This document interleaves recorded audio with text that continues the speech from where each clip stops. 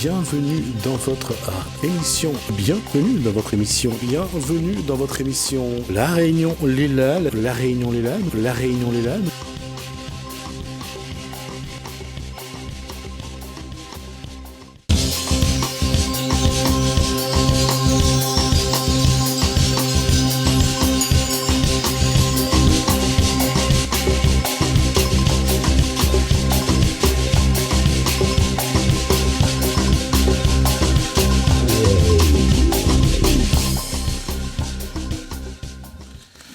Bonsoir à tous, bienvenue dans votre émission La Réunion Léla. On va aborder un sujet qui ne plaît pas forcément à tout le monde. Quand on parle diabète, c'est pas quelque chose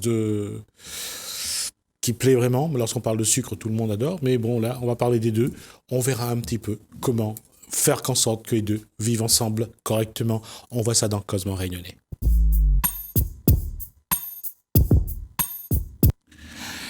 Alors elle, c'est pas pour le côté qui va vous plaire, puisqu'elle va parler diabète. Bien, alors bonsoir Mireille Ramiandrisoa. En malgache on dit. Bonsoir, Ramiancho. Voilà, ça c'est pour tous ceux qui comprennent, qui savent le dire, et surtout pour pas me faire engueuler la prochaine fois qu'on me voit. Et également Frédéric Delsart, il est pâtissier à Olis Doré. Oh non, Sucré. Olis Sucré. Et voilà. Sucré est avec et eux. Voilà. On va tout de suite poser la question. Vous avez fait ça pour que les gens vous regardent? Non, au début c'était vraiment par pur hasard et en fin de compte on a mis un E parce que le Lys pour nous c'est une pâtisserie et du coup on a mis un E et concours de circonstances ça a fait parler énormément de gens et c'est bien de faire parler. Vous avez créé l'intérêt que les gens sachent c'est quoi le Lys doré. Le Lys sucré. Le Lys doré. Le Lys sucré. On ne rigole pas, mademoiselle. Le Lys sucré. La question, c'est pourquoi le Lys sucré? Alors, pour nous, en fait, on met des fleurs sur nos gâteaux. D'accord. Et du coup, le Lys, c'était... on trouvait ça joli. Et puis, on reste quand même pâtissier. Donc, si on appelait le Lys, ça fait plus fleuriste. D'accord. Mireille, il est rentré déjà chez monsieur Oui, je connais parce qu'ils font aussi de la pâtisserie bio et... Sans sucre avec du sucre, mais il va vous raconter l'évolution qu'il est en train de faire, mais c'est une très très bonne pâtisserie que je peux recommander. Alors, avant de le recommander plus concrètement, on va juste d'abord présenter votre structure, qui est... Oui. Vous représentez quelle structure? Alors moi, je représente Soin de Toi. Merci. Alors, on va revenir à vous. Voilà. Alors, Soin de Toi, c'est quoi? Alors, Soin de Toi, c'est une petite société qui fait de la distribution de produits, de compléments alimentaires en prévention santé. Donc, on travaille beaucoup avec les pharmacies. Oui, et les personnes qui sont déjà inquiets pour leur alimentation, les gens qui ne veulent pas être malades et les gens qui veulent conserver la bonne santé, eh bien... C'est devenu une psychose d'avoir le diabète pour certains? Alors, je pense qu'on ne va pas parler de psychose ici, parce que c'est vrai que c'est un sujet très très sérieux et à La Réunion... Il y a des gens qui ont vraiment peur d'avoir un jour le diabète, qui se posent la question de savoir quel sucre prendre, est-ce qu'ils peuvent manger ci, est-ce qu'ils peuvent manger ça. Je veux dire que cette question-là, elle est vraiment latente aujourd'hui et récurrente pour certains, c'est-à-dire de savoir est-ce que je suis en... terreau favorable à un développement de diabète. Alors c'est vrai que La Réunion, on va dire, est bien placée dans le sens négatif pour le diabète. On a 2 fois plus de diabète à La Réunion que dans l'Hexagone, par exemple. On est pratiquement à 100 000 diabétiques à La Réunion. C'est quand même assez grave. C'est énorme. Maintenant, le diabète, on peut l'avoir. Il y a 2 choses qu'il faudra surtout se rendre compte à La Réunion, et ça c'est aussi au niveau mondial. Le diabète frappe de plus en plus jeune, puisque les enfants sont de plus adeptes au soda, à toutes sortes de sucreries. Ça c'est une réalité. Le diabète est surtout aujourd'hui, quand on regarde, toutes les populations sont touchées. Toutes les populations. Et c'est un paradoxe parce que les gens qui ont plus d'argent mangent plus de sucre et donc on voit une population aussi, je dirais, fragile à ce niveau-là. Oui. Ben, maintenant, il ne faut pas en faire une peur, il faut surtout voir qu'est-ce qu'on peut faire. Qu'est-ce qu'il faut faire quand les médecins... Moi, je ne suis pas médecin. Je fais de l'animation autour de la prévention santé. Et qu'est-ce qu'on nous conseille, quelle que soit la maladie? On va faire un jeu. Il y a deux personnes qui sont là. On a peur on craint par le diabète. Essayez de nous convaincre de changer. Et d'aller vers quelque chose. Voilà. On va voir comment vous faites votre atelier. Donc voilà, et ben voilà pourquoi nous sommes déjà tous les deux et nous ne sommes pas ennemis. Et pourtant lui c'est le lys sucré et nous c'est soin de toi et ça peut très bien marcher ensemble parce qu'il y a des choses qu'on peut faire ensemble. Par exemple, qu'est-ce que vous faites comme action pour convaincre les gens de faire attention? Alors déjà, quand on fait des animations, il faut déjà le faire auprès des enfants. Parce que c'est à l'enfance, au plus bas âge, qu'on prépare notre maladie de demain. Hein. C'est l'enfant à la crèche, ce qu'il mange à la crèche, à la garderie, à la maternelle. Et c'est là qu'il va fabriquer ces maladies dans 50 ans, 60 ans. Il faut pas croire que c'est des maladies qui apparaissent comme ça. Non, ce sont des habitudes qui ont été prises, des mauvaises pratiques. On va pas dire qu'on a que des mauvaises habitudes, mais quand on inculque quelque chose chez l'enfant, il va en faire une habitude, il va pas en souffrir. Par exemple, si on lui fait manger moins sucré, c'est une habitude, ça va pas lui manquer. Si on a eu l'habitude de manger beaucoup de sucre et tout d'un coup on nous dit il faut en manger moins, eh bien là ça fait une punition, ça fait une souffrance. Et c'est pour ça que ces habitudes-là, il faut déjà les avoir dès l'enfance. Et moi je veux pas dire que c'est trop tard pour nous. Nous on peut encore, parce que les médecins nous conseillent de faire attention à notre alimentation, manger des légumes, bouger, marcher, nager, faire un peu de sport et puis voilà. Et tout ce qu'on pratique dans notre vie, il faut penser aussi aux effets cocktails. On dit faire attention à son alimentation, mais il faut aussi faire attention aux cosmétiques qu'on se met sur la peau, aux vernis qu'on se met sur les ongles, au parfum qu'on utilise, à l'air qu'on respire. Et il y a tous ces effets-là et on ne sait pas encore quels sont véritablement les effets de tout ça.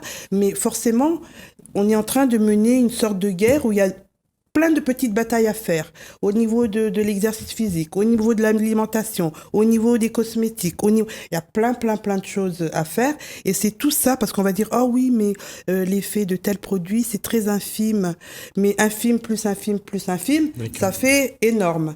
Donc si on mène des petites batailles de tous les côtés, ça se verra moins, on en souffrira moins et peut-être que ça aura un peu plus d'effet. Est-ce que cette bataille qui est menée justement pour la santé, pour éviter qu'il y ait trop de sucre dans le sang, donc ce qui crée le diabète, est-ce que cette bataille-là, vous, en tant que pâtissier, en tant que chef d'entreprise, est-ce que vous l'intégrez dans la démarche que vous avez aujourd'hui, faire des gâteaux? Je pense qu'on est tous confrontés, en tout cas à La Réunion, il y a toujours un membre de la famille au moins qui est diabétique, voire très gros diabétique, en tout cas pour nous c'est le cas. Et du coup, cette pauvre personne, malheureusement, elle est toujours privée de dessert. Voilà. Donc ça, c'est... par exemple, on prend en référence à Noël, c'est quand même dommage qu'ils puissent pas manger la bûche traditionnelle, quoi. Donc, de se sentir un peu différent, tout ça. Donc oui, quelque part, oui, ça nous touche. Je pense que ça touche tout le monde.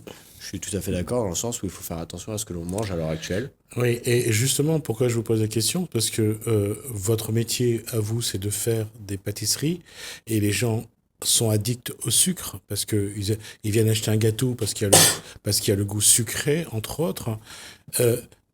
Est-ce que ça vous amène ce contexte aujourd'hui, la bataille pour essayer de préserver un maximum d'êtres du diabète? Est-ce que ça, vous vous sentez concerné? Est-ce que vous pensez que là où vous êtes, vous pouvez participer à cette bataille contre le sucre? Oui, je pense.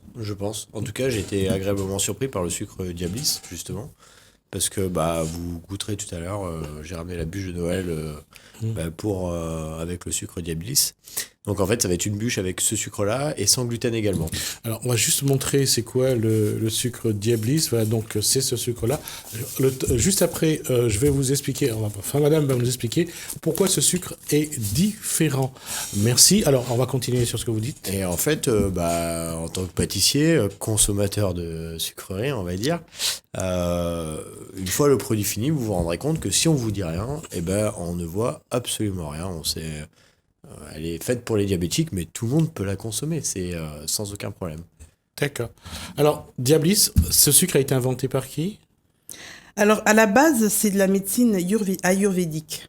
D'accord. Donc, ils ont quand même quelques milliers d'années de médecine en avance sur nous. Ce sucre, en fait, pourquoi il est apprécié ? On le trouve dans toutes les bonnes pharmacies, parce qu'on travaille beaucoup avec les pharmacies. On le trouve en pharmacie. D'accord. Alors, juste une question. On a pratiquement 70% de pharmacies sur la Réunion qui a ce sucre. Ma question, c'est combien coûte ce paquet de sucre ? Alors, il faut compter à peu près 11 €. D'accord. Enfin, au prix client, il faut compter 11 €. C'est 500 grammes de sucre. Alors, 500 grammes de sucre pour la personne diabétique dans la famille, ce paquet-là, il peut lui faire 1 mois, voire 1 mois et demi. Si on sucre un peu son café, son thé, si on fait 2-3 gâteaux, si ce sucre est réservé à la personne qui en a vraiment besoin. Parce que quand on fait un sucre comme ça, c'est pas non plus pour pousser à la consommation. Quoi qu'il en soit. On va pas dire... c'est un petit peu comme si on essayait de désintoxiquer quelqu'un qui fume. On le déshabitue à un goût. Petit à petit. D'accord. Et l'avantage de ce sucre, comme disait Fred tout à l'heure, c'est que celui qui est diabétique, sur une tablée de fête, il est privé de dessert, il est à part. Et donc ce sucre, et puis il y aura est-ce qu'on sait comment il est fait, ce sucre ? Alors ce sucre, en fait, pourquoi il est apprécié ? Parce que c'est du sucre de canne. C'est du sucre naturel, c'est du sucre de canne comme on a l'habitude. Et voilà pourquoi il a beaucoup de succès, parce que les gens retrouvent le sucre de leur habitude. Le goût n'est pas du tout altéré. Pourquoi l'indice glycémique est bas ? Parce que il y a eu on a injecté des extraits végétaux, mais ce sont des extraits à 1%, 0,9%, et donc le goût n'apparaît pas du tout. Et là, vous avez par exemple, en plus du sucre de canne, vous avez du fenugrec, de la cannelle, de l'amla, du poivre noir, du curcuma, de la grenade et du gingembre. Ce sont des produits qui ont un puissant pouvoir pour abaisser la glycémie. Voilà. Et ma question, c'est en équivalence. Là, il y a 500 grammes. Ça équivaut à combien du sucre normal Vous avez le même pouvoir édulcorant. C'est le même. D'accord. On n'a pas besoin de mettre plus de sucre pour mais sucrer, les effets sur la personne qui en prend, c'est les mêmes que le sucre roux, par exemple, en sachet ? Alors pour les effets, je vais peut-être laisser Fred parler d'une petite expérience autour de lui, et où il a constaté qu'après la consommation du Diablis, il a... Moi j'ai mon beau-père qui est diabétique, gros diabétique, et du coup quand on a fait les essais de cette bûche-là, il a goûté, donc il s'est piqué avant avoir goûté la bûche. Il est diabétique, mais il est également très gourmand. Quand même, donc ça fait un moment qu'il peut pas trop manger de sucre, de faire attention. Et donc il a goûté, et il l'a apprécié, et 2 heures après, donc il s'est piqué, et il s'avère que son taux n'avait pas bougé. Et pour moi, même si tout le monde est un peu différent par rapport au diabète, tout le monde réagit un peu différemment, s'il n'a pas bougé, c'est super bon signe, parce que ça veut dire que derrière, on va pouvoir continuer à avoir une gamme de gâteaux on va dire spécial pour les diabétiques, et donc faire plaisir à davantage de monde. C'est ça qui est génial. D'accord. Alors, on va faire un test avec votre gâteau. Vous allez le découper pour qu'on essaye de voir le goût du sucre. Et je vais revenir vers Mireille.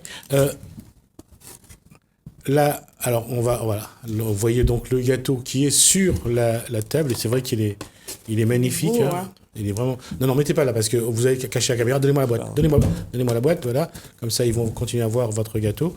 Allez-y, vous pouvez découper. Par départ, pour Ah non, au départ. Oui. On a dit des départs. Bon. Vous verrez que ça se laisse manger tout seul. Non, c'est pas que ça se laisse manger. Mais j'aime pas manger à la télé. Il dévore des yeux déjà. Avoir des trucs partout sur la bouche face à la caméra, c'est pas tellement agréable. Mais je reviens là-dessus, Mireille, c'est que comment travailler avec ceux qui sont par exemple addicts au sucre? Comment changer un peu les mentalités?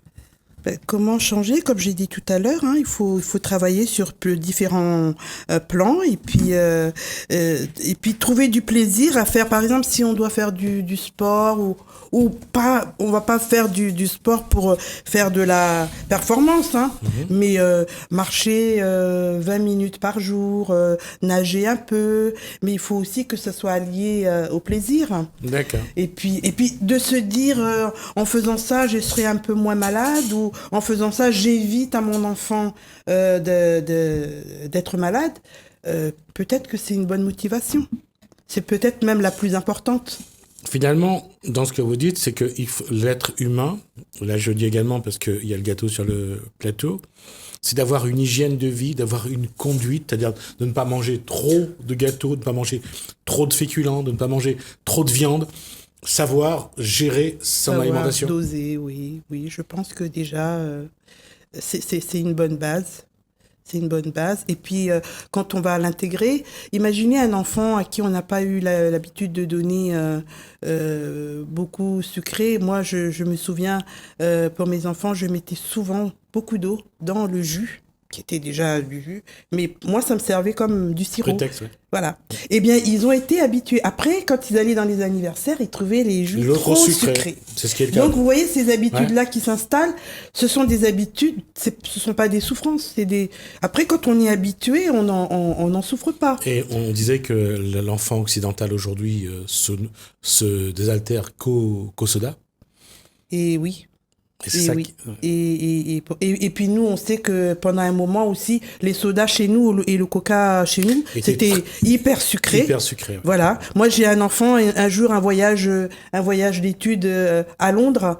Eh bien, quand il m'a téléphoné, il me dit, mais maman, le coca ici, les plates, les fades, n'a point de goût. J'ai dit, mais c'est le coca à La Réunion qui est très sucré.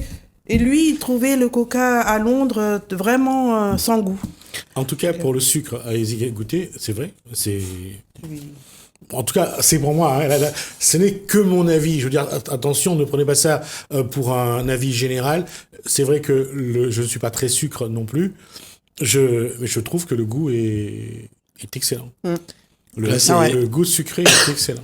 Là, donc, on est parti sur une bûche vraiment locale, avec de l'ananas. Donc, il y a une compotée d'ananas passion, et avec une mousse citron vert et un coulis ananas. Donc, un petit sablé que nous avons mis en dessous. Donc, vraiment, en plus d'être faite pour les diabétiques, enfin, principalement pour les diabétiques, elle est également très locale. Aujourd'hui, vous vous adaptez un petit peu à cette tendance que moins de sucre dans les gâteaux, moins de sucre dans vos pâtisseries, c'est la tendance? Alors moi, je suis tout à fait d'accord avec Mireille. Nos enfants, c'est pareil. Quand on leur autorise à boire du coca, déjà, c'est que pour des anniversaires et on coupe extrêmement à l'eau. Oui. Pourquoi? Parce que effectivement, on n'a pas envie, on veut le meilleur pour nos enfants, tout autant qu'on est, et on veut surtout pas qu'ils connaissent cette maladie-là qui est très handicapante, qui est affreuse, oui, qui est lente, qui est très dure, même psychologiquement, etc. C'est quand même, c'est loin d'être drôle. C'est très discriminant, c'est-à-dire vraiment, on est à part quand on vit ça. C'est ça le problème. Des issues quand même assez dramatiques. Vous savez, on est déjà pratiquement à 200 amputations par an à La Réunion. Les cas de cécité, je n'en parle pas. Les diabétiques qui sont diabétiques mais qui ne le savent pas.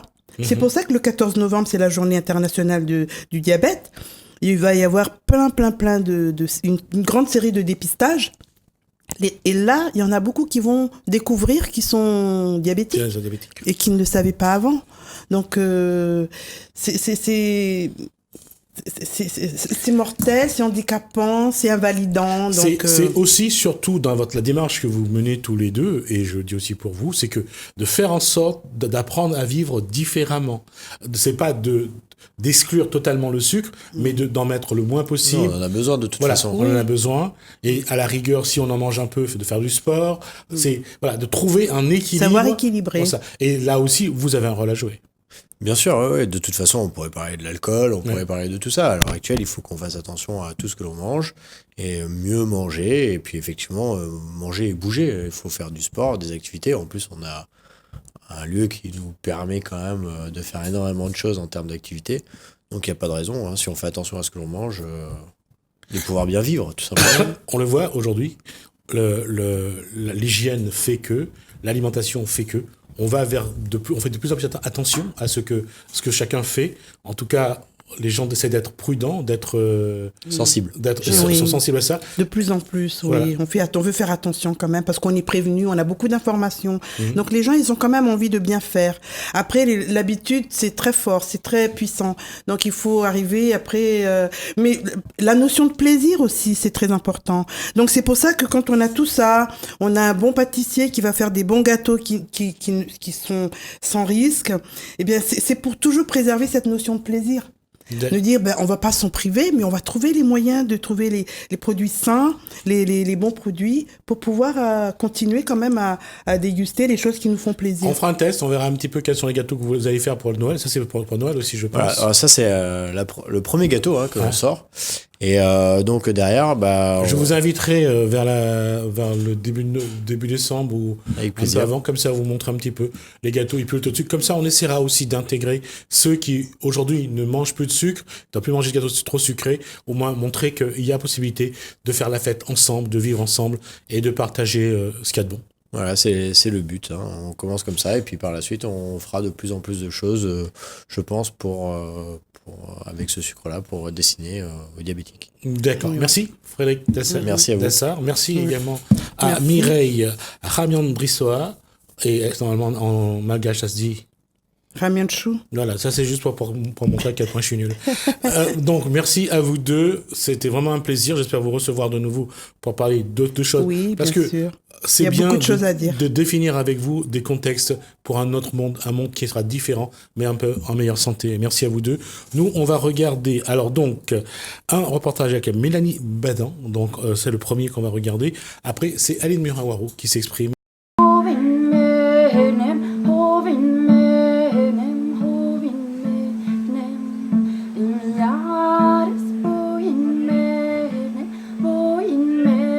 Demo, c'est un dispositif d'éducation musicale qui est arrivé à La Réunion il y a 3 ans de cela. Et en fait, ils avaient besoin d'un intervenant en violoncelle. Donc, j'ai vu cette annonce, j'ai postulé, je suis arrivée ici. Et voilà, c'est comme ça que je suis arrivée, que j'ai découvert l'île de La Réunion. Vous avez rencontré beaucoup d'Arméniens à La Réunion ? Alors, ce qui est étonnant, c'est que ma mère a une amie arménienne qui s'appelle Micheline, qui habite au Temple. Depuis pas mal d'années, depuis une dizaine d'années, qui est prof. Donc, je suis venue la retrouver ici. Non, j'ai pas rencontré beaucoup d'Arméniens, mais j'ai rencontré Franck. Voilà.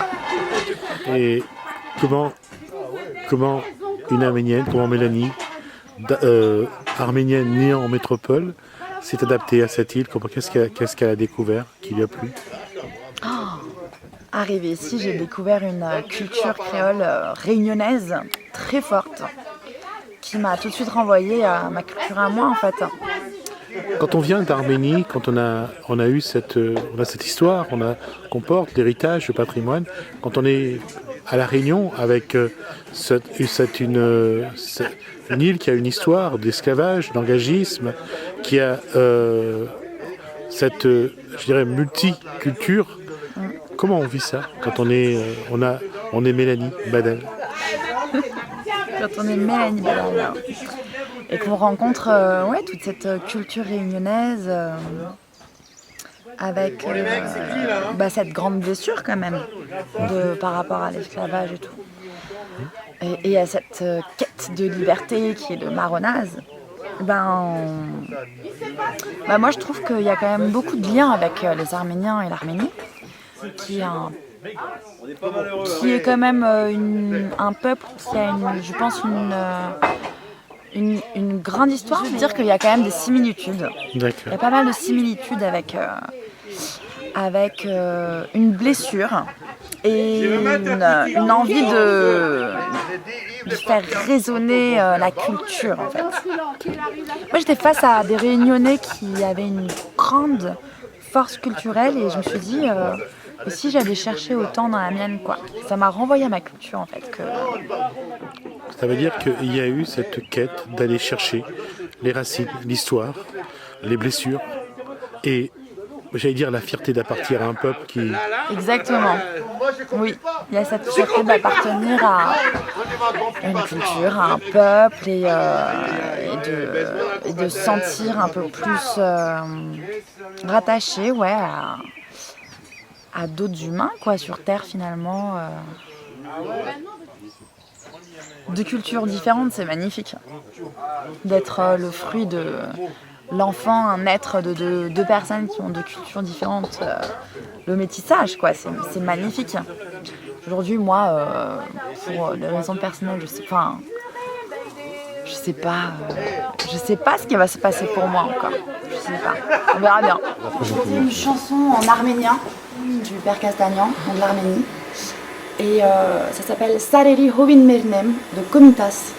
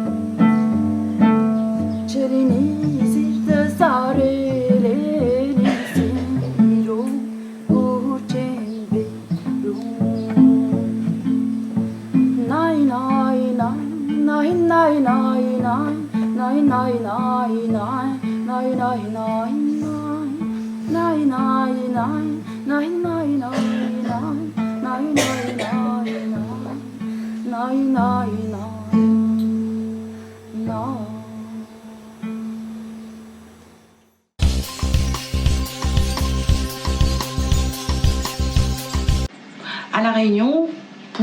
continuer sans conscience et honnêteté politique?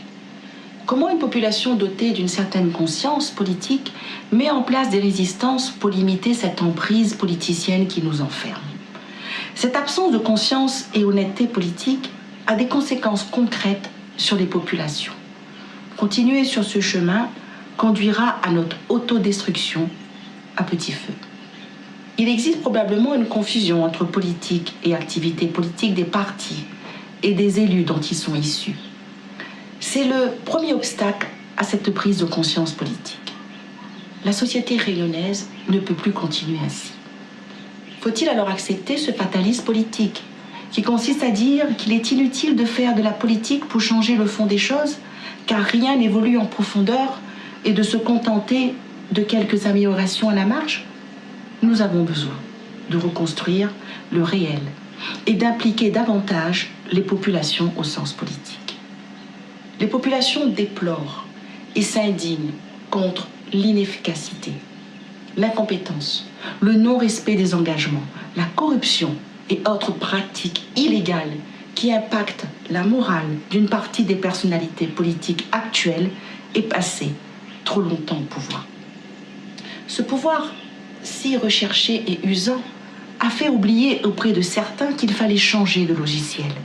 Aujourd'hui, ils recherchent inlassablement les mises à jour, mais elles n'existent plus sur le marché.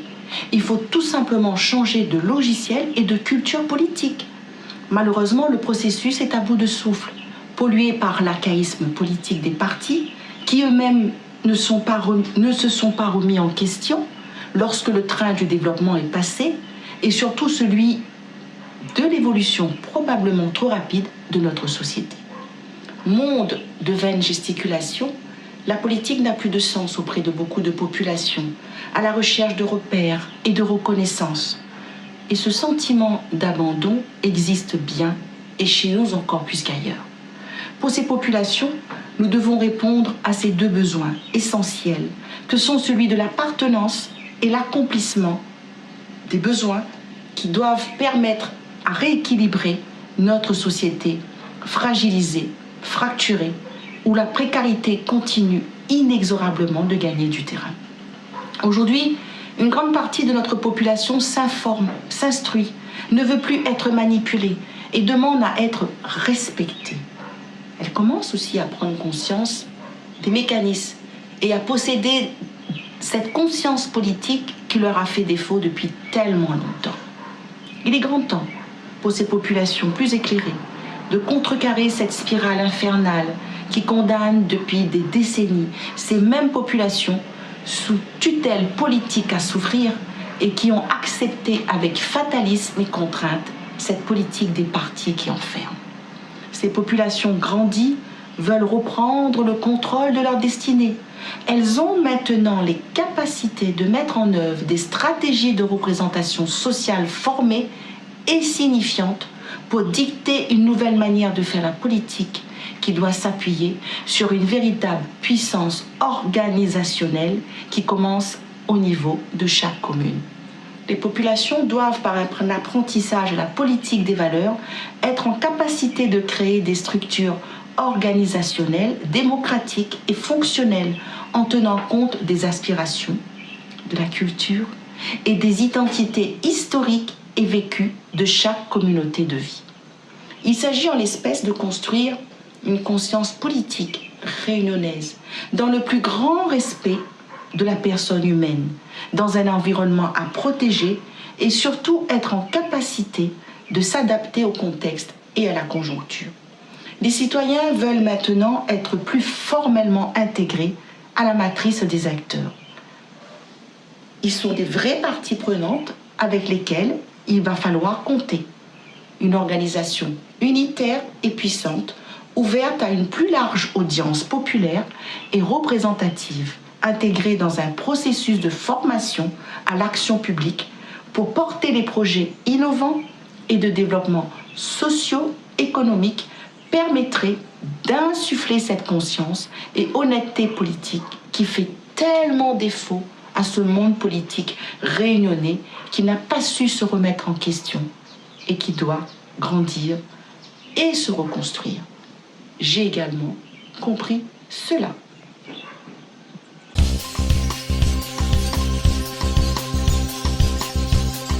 Bienvenue dans votre émission. Bienvenue dans votre émission. Bienvenue dans votre émission. La Réunion, les LAL. La Réunion, les LAL. La Réunion, les LAL.